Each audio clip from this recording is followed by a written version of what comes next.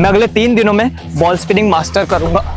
और अगर फेल हुआ तो ये क्रेजी ट्रिक्स भी नहीं कर पाऊंगा। 4 महीने पहले मैंने बुक स्पिनिंग तो क्या पता नहीं क्या क्या स्पिन कर डाला, इसीलिए मेरे लिए बॉल घुमाना इजी होगा, ऐसा मुझे लगा। क्योंकि रियलिटी में फ्लैट चीजें और स्फीयर चीजें घुमाना डिफरेंट तो था ही, लेकिन ये आगे कठिन और पेनफुल भी होने वाला था। इस वीडियो में स्टेप बाय स्टेप बॉल घुमाना सीखूंगा, फिर इन्फिनिटी स्पिनिंग सीखूंगा, ताकि 4 क्रेजीएस्ट ट्रिक भी परफॉर्म कर पाऊं। ये अंकल के अकॉर्डिंग फर्स्ट स्टेप में ऐसे करके बॉल के साथ कंफर्टेबल होना था। मैंने कभी बास्केटबॉल नहीं खेला, इसीलिए मुझे पहले इस बॉल के साथ कंफर्टेबल होना ज्यादा जरूरी था, भले ही ये स्टेप सिंपल हो। उसके बाद सेकेंड स्टेप थी रोटेशन, जिसके 2 तरीके थे। पहले दोनों हाथों वाला, जिसमें क्लॉकवाइज और एंटी क्लॉकवाइज दोनों थ्रो करके देखे, जो आगे ट्रिक्स के लिए इंपॉर्टेंट थी। दूसरा तरीका था एक हाथ वाला, जिसमें एक डायरेक्शन तो फट से हो गया, लेकिन दूसरी डायरेक्शन काफी वियर्ड थी, इसलिए गिरने लगी। 1 हैंड रोटेशन में कुछ ऐसे फिंगर से फ्लिक करना होता है ताकि मैक्सिमम रोटेशन मिले, और इन सब से मुझे 1 हैंड से क्लॉकवाइज घुमाना सबसे कंफर्टेबल लगा।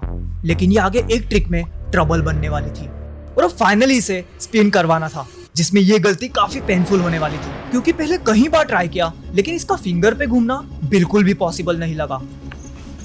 और थोड़े ही अटेम्प्ट्स में एक बड़ी प्रॉब्लम आई। हाथ को टाइट रखने से फिंगर बेंड हो रही थी, जो कि काफी पेनफुल था। इसीलिए फिर हाथ को रिलैक्स्ड रखा और मुझे 5 सेकेंड स्पिन करने की उम्मीद आई, जो कि असल में एक फेक उम्मीद थी, क्योंकि मैं अभी भी इसे घुमा नहीं पा रहा था। फिंगर बैंड होने से पेन होने का या फिर बैलेंस ही ना होने का, दोनों का सॉल्यूशन था ये नाखून, लेस फ्रिक्शन मतलब स्मूथ रोटेशन। बॉल स्पिनिंग के सही तरीके में फिंगर को बेंड करके थंब से सपोर्ट करना था, जिसको करते ही मुझे इसमें काफी इंप्रूवमेंट दिखा। लेकिन फिर से कुछ पेनफुल होने वाला था। यहाँ ये बॉल रैंडमली साइड में लॉन्च हो रही थी, शायद 90 डिग्री की जगह टिल्ट एंगल पर रोटेट होने से, और तभी इस बॉल का साइड में लॉन्च होना मुझे महंगा पड़ा। इस बॉल से इतनी मार खा के ऐसा लग रहा था जैसे इस बॉल का कुछ अलग ही मिशन हो। 3 दिन में मुझे हॉस्पिटल भेजना, इसका डर निकालने में मेरे को तो थोड़ा टाइम लगा, पर मेरे को बॉल स्पिनिंग सीखनी थी, ना कि बिना डरे फेल होना। इसलिए मैंने फिर 5 सेकंड स्पिन का टारगेट लिया। 90 डिग्री के लिए 2 हैंड स्पिनिंग से ट्राई करके देखा, लेकिन मुझे अभी भी 1 हैंड ही कंफर्टेबल लगा। उस दिन 5 सेकंड्स बॉल स्पिनिंग तो नहीं सीख पाया, लेकिन इस बॉल से डिफेंड करना जरूर सीख लिया। नेक्स्ट डे मेरा सबसे लो पॉइंट हिट होने वाला था, जिसका मुझे बिल्कुल आइडिया नहीं था। मेरा प्रॉब्लम शायद बैलेंस का था, इसलिए मैंने पहले बड़े स्टाफ से बैलेंस की प्रैक्टिस की, जिसमें नॉर्मल रिफ्लेक्स भी काफी थे, लेकिन इस छोटे स्टाफ में क्विक रिफ्लेक्सेस रिक्वायर्ड थे। जिसकी थोड़ी ही प्रैक्टिस के बाद बॉल से बैलेंस करने का भी ट्राई किया, जिसमें क्विकेस्ट रिफ्लेक्स चाहिए थे। जिसके बाद मुझे फिर से कॉन्फिडेंस आया, भले ही वो दिन वर्स्ट होने वाला हो। पहले मैंने डिफरेंट साइजेस ट्राई किए, जिसमें एप्पल जो कुछ ज्यादा ही छोटा था, फुटबॉल जो स्मूथ सरफेस के कारण फिसल रही थी, इसीलिए फिर बास्केटबॉल से ही शुरू किया। आज अपने को करना है 5 सेकेंड। इतने सारे अटेम्प्ट्स के बाद ऐसा लगने लगा जैसे ये स्किल फिर से शुरू की हो, क्योंकि अभी भी बार बार मैं खुद को ही हिट कर रहा था, और अभी भी मेरी फिंगर पे वैसा ही पेन हो रहा था। दोनों हाथ से किया हो या एक हाथ से, शायद मैं इस जर्नी में पीछे जाने लगा था। और तभी हॉट वेदर के कारण मुझे चक्कर जैसा लगा, और पता नहीं क्यों अभी तक की सारी मेहनत जीरो हो चुकी थी। ये सिंपल स्किल्स से डिसअपॉइंटेड नहीं रहना चाहता था, और इसीलिए मैं खुद को और पुश करने लगा, जिससे फ्रस्ट्रेशन आया। जीरो प्रोग्रेस के कारण अब मुझे गिव अप करना ही सही लगा। ये स्किल मेरे लिए नहीं थी, और अगली सुबह बाहर जाने की एनर्जी भी नहीं थी। भले ही वो चैलेंज कंप्लीट करने का आखिरी दिन हो, फेल होना मतलब आगे की ट्रिक्स कभी नहीं सीख पाना। और तभी मुझे कुछ आवाजें आई,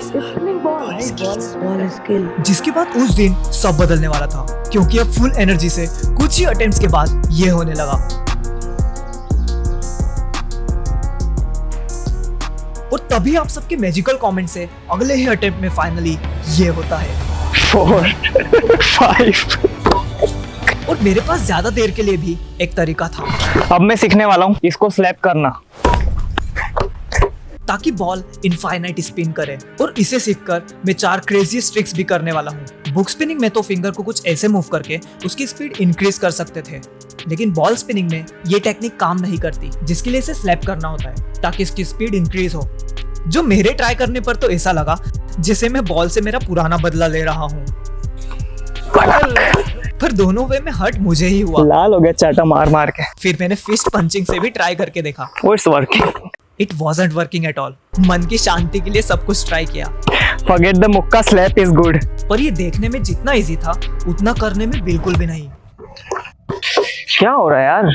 अगेन मैं कहीं ना कहीं पहले वाले फेलियर फेज में जा रहा था। वही फ्रस्ट्रेशन जिसने कल मेरी एनर्जी स्टील की थी। और थैंकफुली अगले ही अटेम्प्ट में मुझे मेरी गलती रियलाइज हुई। तेज नहीं मारना है, धीरे मारना है। इसको ऐसे स्लैप नहीं करना था, बल्कि सिर्फ इतना टच करके स्लैपिंग करनी थी, जिससे थोड़ी ही प्रैक्टिस करने के बाद फाइनली ये हुआ।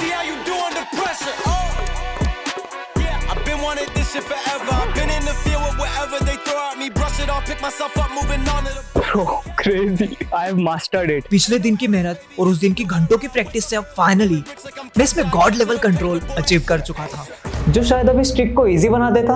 रुक रुक रुक रुक, इस चैनल पर कभी कुछ इजीली हुआ है? नहीं यार, लेकिन अब मैं रेडी था क्रेजी ट्रिक सीखने के लिए, जिसमें फर्स्ट ट्रिक में स्पिन करते हुए अंडर द लेग थ्रो करके फिंगर से कैच करना था, जिसके लिए मैंने पहले बिना घुमाए ट्राई किया।